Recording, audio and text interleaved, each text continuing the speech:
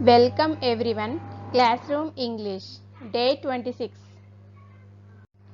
Today I am going to discuss about the types of verbs. A sentence is never complete without a verb. A verb is a word which tells us something about a person or thing. A verb can express a physical action, a mental action, a state of being. There are mainly two types of verbs in English, that are finite verbs and non-finite verbs. Today I am going to deal with the topic non-finite verbs. But before we going to discuss non-finite verbs, let me tell you few words about finite verbs. Now, finite verbs. They help you to know the tense. As you know, there are 12 types of tenses in our English. And these finite verbs, they help you to know the tense. Whereas non-finite verbs, they look like verbs, but they don't help to know the tense. Instead of helping to know the tense, they act like a noun. Sometimes they act like an adjective. So this is a difference between the finite and non-finite verbs. Now we will go in detail. Now there are two sentences here, and using these two sentences I am going to explain finite and non-finite verbs. Now in the first sentence, painting is an art. In this, which word help you to know the tense? The word is. So it is a verb. Hence it has a tense, that is simple present tense. And in the second sentence, Ramu is painting his room. Now tell me, which are the words to help you to know the tense?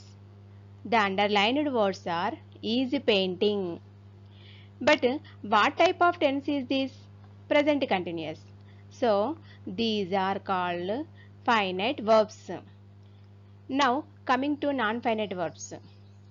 But in the second sentence, you don't have any non-finite verbs.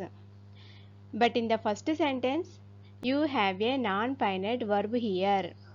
The word is painting. It looks like a continuous tense, but it does not help you to know the tense. Instead, it acts like a noun. Here, it tells you something about an art. So, this is called non-finite verb. So, this is how you should know the differentiate a finite and the non-finite verbs. Now, let us go in detail. Non-finite verbs. There are three types. First one is gerund, second one is participle, third one is infinitive. These three are called non-finite verbs. I already told you non-finite verbs, they look like a verbs, but they don't function like a verb. They don't help you to know the tense. But sometimes they act like a noun. If a non-finite verb acts like a noun, then that is called verbal noun. And the other name is gerund. Now look at these examples. The first one is I love swimming. Here the word swimming have an ing form. It looks like a continuous tense, but it's not a verb. It's a name of an exercise. It's a name of an exercise. So it is a verbal noun. It acts like a noun. So it's also called gerund. Similarly, in the second sentence, painting is an art. Here, once again, painting is a name of an art. It is also looks like a verb, but it's not a verb. It's a name of an art. It also acts like a noun. So this is called verbal noun. The other name is gerund. Here the only difference between these two sentences are, in the first sentence, gerund comes as an object. In the second sentence, gerund comes as a subject. So, what is a gerund? That's a verbal noun. It's a non-finite verb which acts like a noun, that is called a gerund. Now let's move on participle. What is a participle? Once again, that is a non-finite verb which acts like an adjective. It's a non-finite verb which acts like an adjective. So, we call it verbal adjective. We call it verbal adjective. Do you know already the adjective means? It describes something about the noun. It tells something about the noun. It qualifies the noun. So, it's called as verbal adjectives. The other name is participle. These participles again divided into three types. First one is present participle, second one is past participle, third one is perfect participle.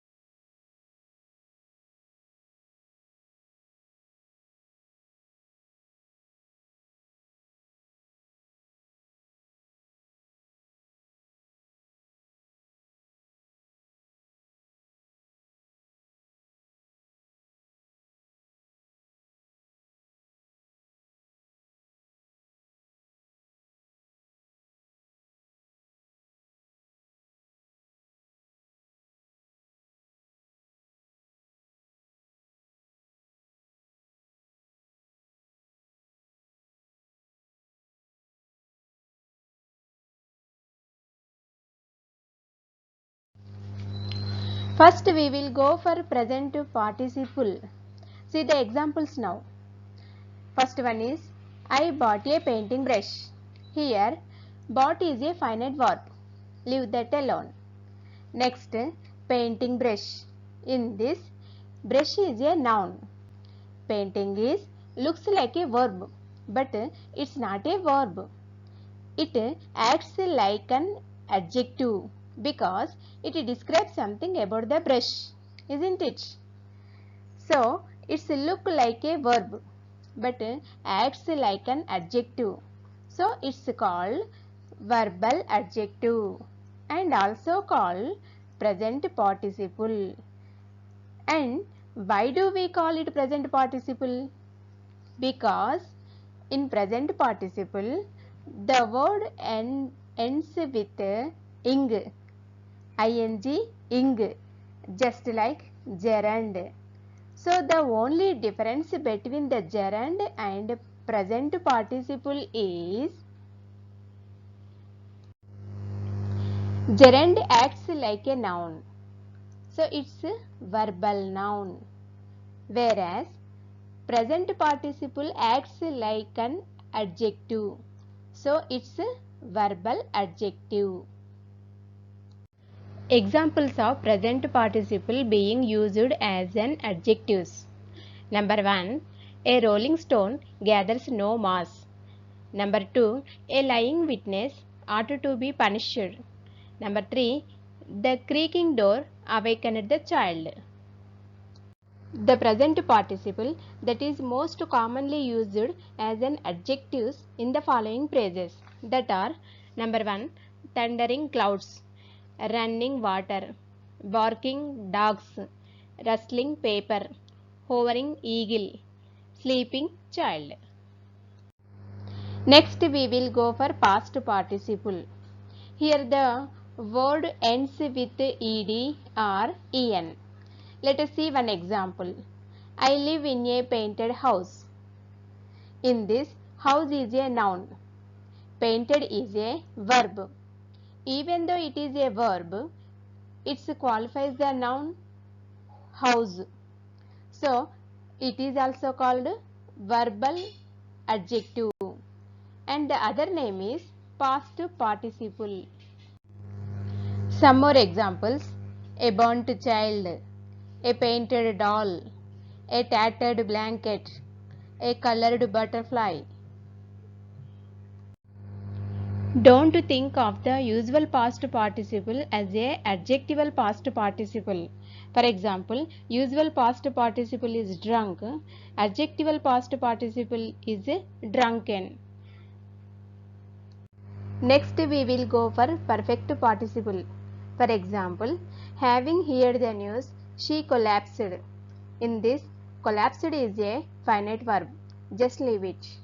Having heard is a non-finite verb and it is called perfect participle. Some more examples of perfect participle phrases: having taken, having eaten, having played, etc. Don't think of the perfect participle as a third type of participle. It is just a commonly used structure that features a present participle having and a past participle, example taken, eaten, played. Remember, the present participle expresses an incomplete action in the present or past.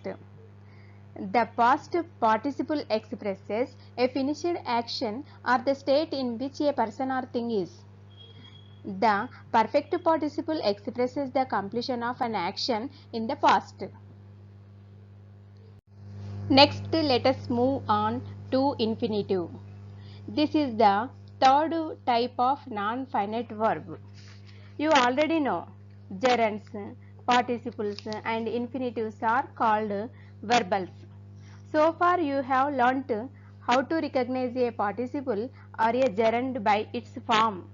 The infinitive is very easy to identify because it carries the word to.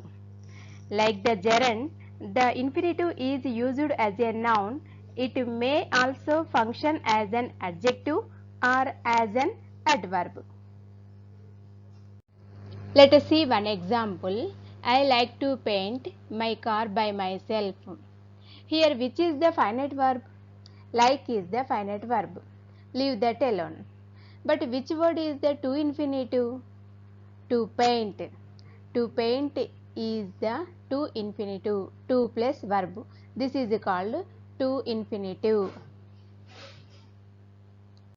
Here some more examples for to infinitive. To err is human. The house is to let. To find fault is easy. I like to swim. This is not the time to play. Her greatest pleasure is to sing. He is too ill to do any work. Now I have given a set of 5 sentences to test yourself. I want you to identify the finite and non-finite verbs in each sentence. Let us see one by one. First example, he heard a roaring sound. Here, the word heard is a finite verb. just leave it. Whereas roaring, it looks like a verb, but it's not a verb. Instead, it acts like an adjective, verbal adjective. So, it's a non-finite verb because it has an ing form. It's a present participle. I am just giving to the detail. You just mark whether it is finite verb or non-finite verb. Next, reading is a good habit. Here, is a finite verb. It helps to know the tense. Leave that alone. But reading, it's a name of an activity. So, it is a non-finite verb. It acts like a noun. So, it is a gerund. And it's a verbal noun. Next, third one. I saw a drunken man. Saw is a finite verb. It helps to know the tense. Just leave it. But drunken, this word describes a man. So it's an verbal adjective.